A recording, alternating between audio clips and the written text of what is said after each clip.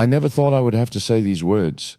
Not because I believed my son would never marry again, not because I believed love would somehow become easier with age, but because after watching a man spend years searching for something that cannot be bought, cannot be engineered, cannot be forced, I eventually realized there is one mistake that destroys more relationships than betrayal, more marriages than arguments, and more futures than people are willing to admit. And if you are the woman who someday stands beside my son and promises him forever, there is something I desperately need you to understand before you make that promise. Because once you understand it, you may look at him differently. And if you don't, you may lose something most people spend their entire lives searching for. Before I tell you what that mistake is, let me ask you something. If these thoughts speak to your heart, please leave a like on this video. Subscribe if you believe love still deserves honesty. Tell me where you're watching from. Tell me what time it is where you are right now. And if someone you care about needs to hear this, share it with them. You know, when people look at my son, they usually see the public version, the headlines, the interviews, the achievements, the controversies, the successes, the failures. Everyone sees something. Very few people see the man. And that has always worried me. Because there comes a point in life when a man starts wondering whether anyone actually knows him anymore. Have you ever felt that? Have you ever walked into a room where everyone knew your name but nobody knew your heart? It is one of the loneliest feelings in the world. People assume success protects you from loneliness. It doesn't. Sometimes it magnifies it. The more visible you become, the harder it becomes to know who genuinely cares about you. And nowhere is that more dangerous than in love. I have watched relationships form around admiration. I have watched relationships form around excitement. I have watched relationships form around curiosity. But admiration is not love. Excitement is not love. Curiosity is not love. Love is what remains when all those things fade. Love is what remains when life becomes difficult. Love is what remains when someone is exhausted, frustrated, overwhelmed, distracted, and imperfect.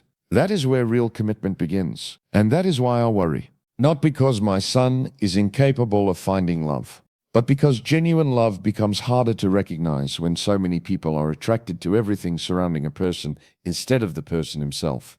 The truth is something most people never talk about. Many women dream of marrying an extraordinary man. Very few are prepared for what extraordinary men actually require. They imagine adventure. They imagine excitement. They imagine prestige. They imagine stories they can tell. But they rarely imagine sacrifice. They rarely imagine patience. They rarely imagine the emotional weight carried by someone whose mind never fully rests. You see, when a man carries responsibility for enormous things, he doesn't simply leave that responsibility outside the front door. It follows him home. It follows him into conversations. It follows him into quiet evenings. It follows him into sleepless nights. And if you love that man, eventually you must decide whether you are in love with the image or the reality. That decision changes everything. I remember realizing something many years ago. A relationship doesn't fail because two people stop loving each other. Most relationships fail because two people begin loving different versions of each other. One loves reality. The other loves expectation. Reality and expectation eventually collide. And when they do, somebody gets hurt. Have you ever loved who you hoped someone would become instead of who they actually were? Many people have. Most never admit it. That is where the danger begins. Because the woman who marries my son must understand something before she says yes. She cannot fall in love with a fantasy. She cannot fall in love with headlines. She cannot fall in love with public attention. She cannot fall in love with status. She cannot fall in love with potential. She must fall in love with the complicated human being beneath all of it. The tired version, the frustrated version, the distracted version, the stubborn version, the imperfect version. Because those are the versions that appear most often inside a marriage. Marriage is not built from highlights. Marriage is built from ordinary moments. And ordinary moments reveal extraordinary truths. I learned that long ago. Not from success, from mistakes, from regret, from watching people promise forever when they barely understood each other, from watching people confuse attraction with compatibility, from watching people mistake chemistry for commitment. Those things are not the same. Not even close. Chemistry creates a spark. Commitment keeps a fire alive. And fires require tending every single day. People ask me sometimes whether successful men have an easier time finding love. I always find that question amusing because they assume abundance creates clarity. In reality, abundance often creates confusion. The more options a person has, the harder it becomes to identify genuine intentions. Who loves you? Who loves your position? Who loves your influence? Who loves your resources? Who loves the idea of being connected to you? And who would still be there if all of it disappeared tomorrow? That last question matters more than all the others combined. Because eventually every relationship is tested, not by comfort, by difficulty, not by abundance, by uncertainty, not by celebration, by disappointment. And when that test arrives, truth reveals itself. That is why I am speaking directly to the woman who may someday share her life with my son. I am not asking you to be perfect. No human being is. I am not asking you to agree with him all the time. That would be impossible. I am not asking you to become someone else. But I am asking you to avoid one mistake. One mistake that destroys trust faster than almost anything else. One mistake that silently poisons relationships from the inside. One mistake that makes a person feel emotionally abandoned even while sharing the same home. The mistake is this: do not stop being curious about the person you married. It sounds simple, but it is devastating when it disappears. Most relationships don't die from dramatic events. They die from gradual neglect. One person slowly stops asking questions. One person slowly stops listening. One person slowly assumes they already know everything. And the moment curiosity disappears, understanding begins to disappear with it. That is when distance enters, silently, patiently, almost invisibly. At first nobody notices. Then one day two people wake up and realize they are strangers sharing memories. And that realization is heartbreaking, because people change. A man at 40 is not the same man at 25. A woman at 50 is not the same woman she was at 30. Growth changes people. Pain changes people. Success changes people. Failure changes people. Life changes people. And if you stop being curious, you stop discovering who they are becoming. You continue loving an outdated version while the real person drifts further away. That frightens me more than arguments, more than disagreements, more than conflict. Because distance built from indifference is incredibly difficult to repair. And there is something else I have never publicly said. Something I have carried quietly for years. Something that completely changed how I think about love. It happened during a conversation that lasted less than 10 minutes. Yet I have remembered every word ever since. Because what was said during those 10 minutes revealed a truth about relationships that most people never understand until it is too late. And when I heard it, I realized exactly what kind of woman could protect my son's future and exactly what kind of woman could destroy it without even knowing she was doing it. That conversation happened years ago, not in a grand setting, not during some important public event, not surrounded by cameras. It happened quietly, the way most life-changing truths do. I was sitting across from a man who had been married for more than 40 years. 40 years. Think about that for a moment. In today's world, people celebrate 4 months as though they've conquered something extraordinary. 4 decades is an entirely different achievement. His hair had turned grey. His hands carried the marks of a lifetime of work. His face looked older than his age. But there was something in his eyes that caught my attention. Peace. Not excitement. Not passion. Peace. The kind of peace that only comes from surviving storms together. The kind of peace that cannot be purchased. The kind of peace that cannot be performed. And I asked him a question. I asked him what kept his marriage alive all those years. I expected some complicated answer, some profound philosophy, some secret formula. Instead, he smiled and said something so simple that I almost dismissed it. He said, "I never stopped trying to meet the woman I married. At first, I didn't understand. But then he explained. Every few years, she became someone new. Life changed her. Loss changed her. Motherhood changed her. Success changed her. Failure changed her. Time changed her. And instead of assuming he already knew her, he kept introducing himself to the newer version. Again, and again, and again. That stayed with me. Because most people do the opposite. They meet someone once, then spend the next 30 years assuming nothing important has changed. And that is one of the greatest mistakes human beings make. Have you ever felt misunderstood by someone who claimed to know you best? Have you ever looked at a person you love and thought, "You haven't listened to me in years"? That pain is real, and it slowly destroys affection. Because people don't just want to be loved, they want to be known. Those are not the same thing. A person can love you and still fail to understand you. A person can stay beside you and still stop seeing you. A person can share your bed and still become emotionally distant. That is what frightens me when I think about my son. Not because he is different from everyone else, but because his life moves faster than most people's lives. His responsibilities change, his pressures change, his challenges change, his dreams change. The world sees movement, but underneath that movement is still a human being trying to be understood. And that is why I want to speak directly to the woman who may someday become his wife. Do not assume you know him simply because you spent time with him. Keep learning him. Keep asking questions. Keep listening. Keep paying attention. Because one day, the man sitting across from you may be carrying fears he has never spoken aloud. And if you stop listening, you may never know they exist. One thing people misunderstand about strong men is this: strength does not eliminate emotional needs. It simply hides them better. The strongest men I've ever known were often the loneliest. Not because people abandoned them, because people assumed they didn't need support. People looked at them and thought, he'll be fine. He can handle it. He doesn't need help. He doesn't need reassurance. He doesn't need comfort. What a dangerous assumption. Every human being needs those things. Every single one. Even the ones who rarely ask. Especially the ones who rarely ask. I have watched men spend years carrying burdens alone because they believed nobody wanted to hear about their struggles. I have watched marriages suffer because husbands stopped sharing what they felt. I have watched wives become frustrated because they mistook silence for indifference.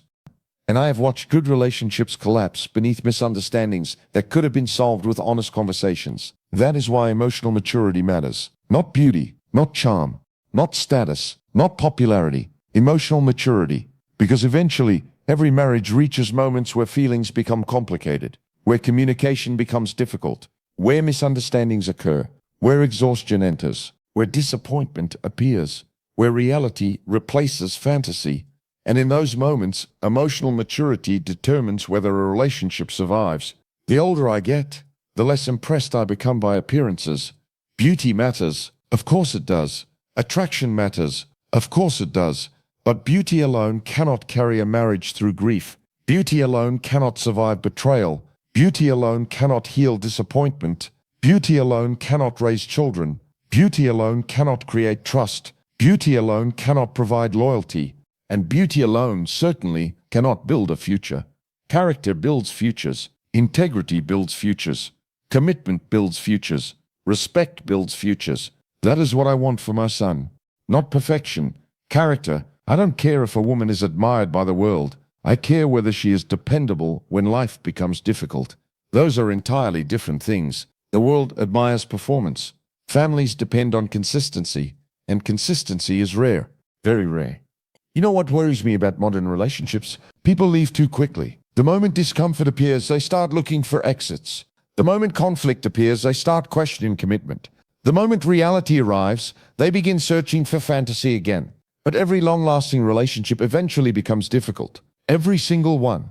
Not because love disappears, because life happens. People become tired. Careers become demanding.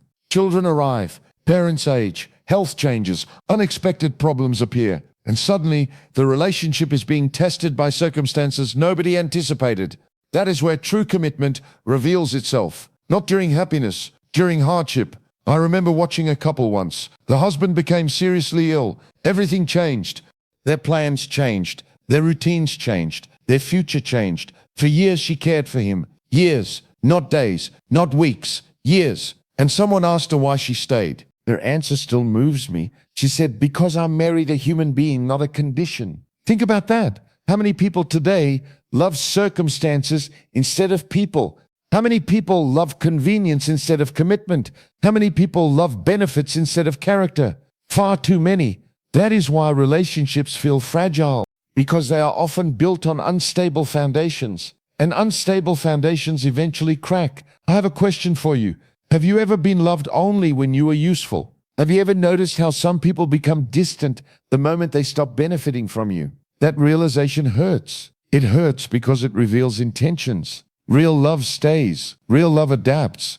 Real love works. Real love sacrifices. Real love chooses. Again and again and again, even when easier options exist, especially when easier options exist.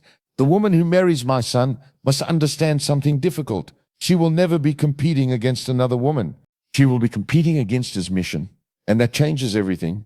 Most people misunderstand this. They assume ambitious men love their work more than their families. That is not always true.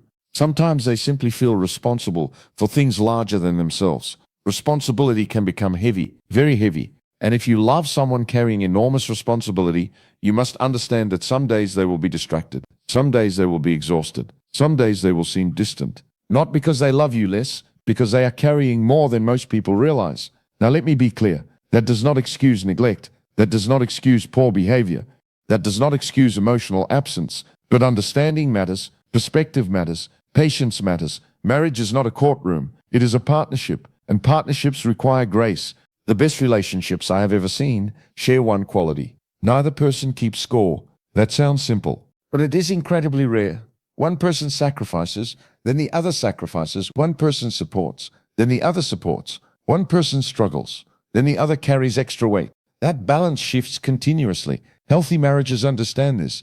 Unhealthy marriages turn love into accounting. I did this. You owe me. I sacrificed more. You contributed less.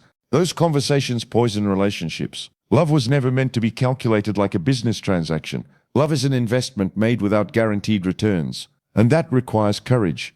Real courage, not the kind celebrated publicly. The quiet kind. The kind nobody applauds. The kind that happens behind closed doors. The kind that keeps families together. The kind that protects children. The kind that preserves trust. The kind that builds legacies. And there is another truth I need the future wife of my son to hear. Perhaps the most important truth so far. If you ever marry him, do not try to change him into someone easier to love. I have seen this happen countless times. A woman falls in love with a man, then gradually begins redesigning him, changing him, correcting him, reshaping him, until eventually she becomes frustrated because he refuses to become someone else. And he becomes frustrated because the person who claimed to love him keeps rejecting who he is. That cycle destroys affection. Acceptance does not mean approving everything. Acceptance means recognizing reality. No human being enters marriage complete. No human being arrives without flaws. No human being avoids mistakes. The question is not whether flaws exist. The question is whether those flaws can be understood, managed, and accepted. Because every marriage becomes an ongoing negotiation between expectations and reality. The happiest couples eventually stop asking, how do I change this person? And start asking, how do I love this person better?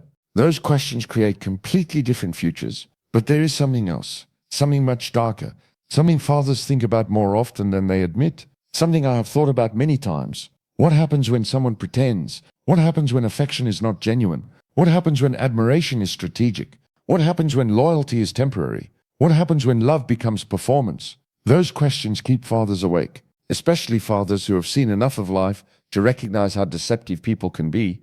Because not everyone enters relationships with pure intentions. Some people pursue access. Some pursue comfort. Some pursue status. Some pursue security. Some pursue attention. And occasionally someone pursues all of them at once. That possibility angers me.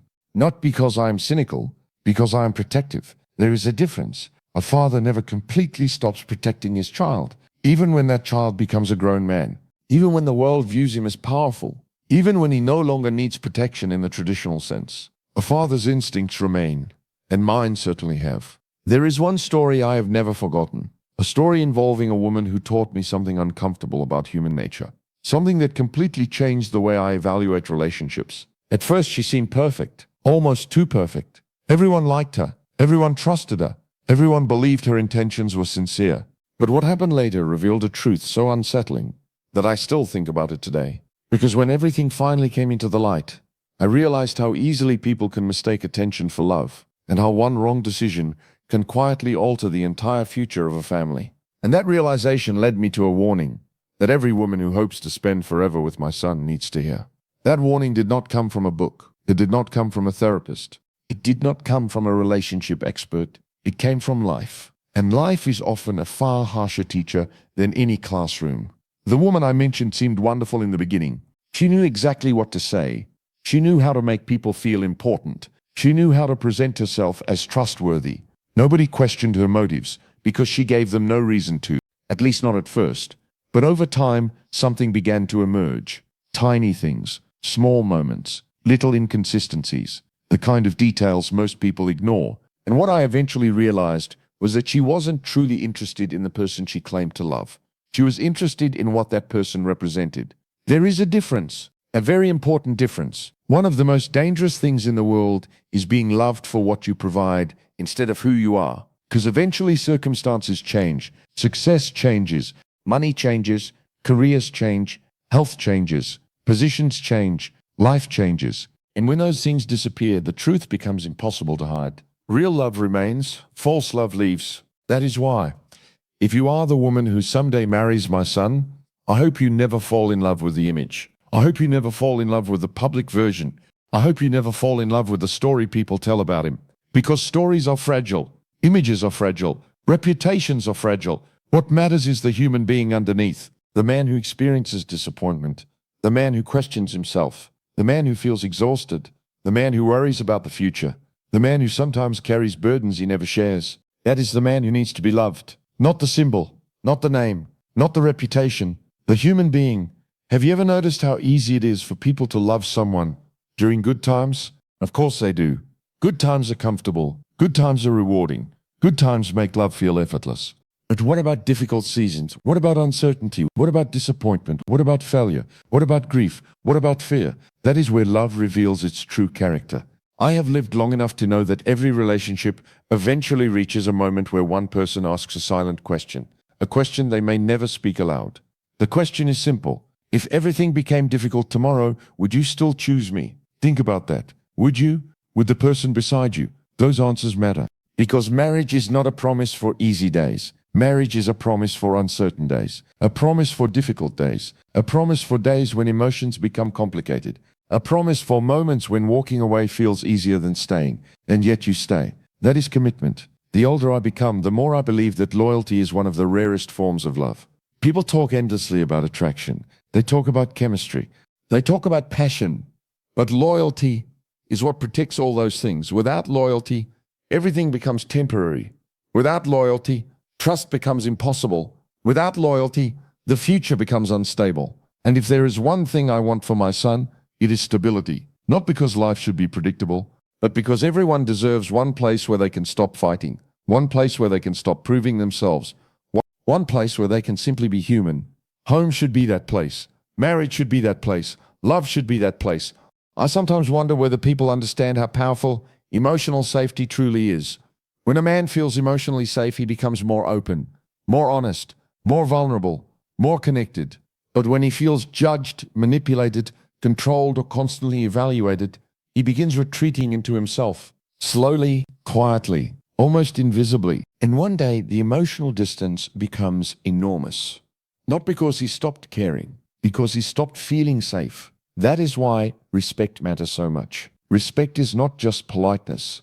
Respect is understanding someone's humanity. Respect is allowing them dignity. Respect is protecting their weaknesses instead of exploiting them. Respect is handling their trust carefully, especially when they give it freely. And trust is fragile, far more fragile than people realize. Years to build, minutes to damage, sometimes a lifetime to repair.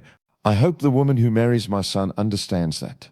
Because trust is not maintained through grand gestures. It is maintained through consistency, through honesty, through reliability, through keeping promises, through telling the truth when the truth is uncomfortable. Especially then. You know, people often imagine that fathers worry most about whether their sons will succeed. That may be true when children are young, but eventually something changes. As years pass, success becomes less important than happiness. Achievements become less important than peace. Recognition becomes less important than companionship. Because in the end, nobody wants to grow old, surrounded only by accomplishments. People want connection. People want belonging. People want someone who knows them deeply and stays anyway. Someone who remains when life becomes ordinary. Someone who remains when excitement fades. Someone who remains when imperfections become visible. Someone who remains when there is nothing left to gain except love itself. That is what I want for him. Not a perfect woman. Not an extraordinary woman. Not a famous woman. Not a woman who impresses the world. A genuine woman. A loyal woman. An honest woman. A woman who understands that love is not a transaction. A woman who understands that marriage is not ownership. A woman who understands that commitment is a daily decision. And most importantly, a woman who understands the mistake I warned about from the very beginning. Never stop being curious about the person you love. Never assume you already know everything. Never stop asking questions. Never stop listening. Never stop learning who they are becoming. Because people evolve. Dreams evolve. Hearts evolve. Lives evolve. And love survives when curiosity survives. If you ever stop being curious, distance begins. If distance grows, understanding weakens. If understanding weakens, connection suffers. And if connection suffers long enough, even strong relationships can become fragile. So if you are the woman who someday stands beside my son and promises him forever, remember this. Do not love him because the world knows his name. Love him because you know his heart. Do not stay because life is easy. Stay because commitment means something. Do not choose him for what he can give you. Choose him for who he is. And if you ever find yourself wondering what truly matters inside a marriage after the excitement settles and the years begin to pass, remember this simple truth. The strongest relationships are not built by people who never face difficulties. They are built by people who keep choosing each other through those difficulties. That is the kind of love I hope he finds, the kind that remains, the kind that endures, the kind that grows stronger with time, the kind that turns two imperfect people into a family. Because when all the noise disappears, when all the attention fades, when all the achievements become memories, and when the future finally arrives, there will only be one question that truly matters. Who stayed? Who loved honestly? Who remained faithful to their promises? Who chose loyalty when easier options existed? Who protected the relationship instead of their ego? Who built something lasting? Those are the questions that define a life. Those are the questions that define a marriage. And those are the questions I hope the woman beside my son can answer with confidence. Because love is not proven by words. It is proven by years. And years reveal everything.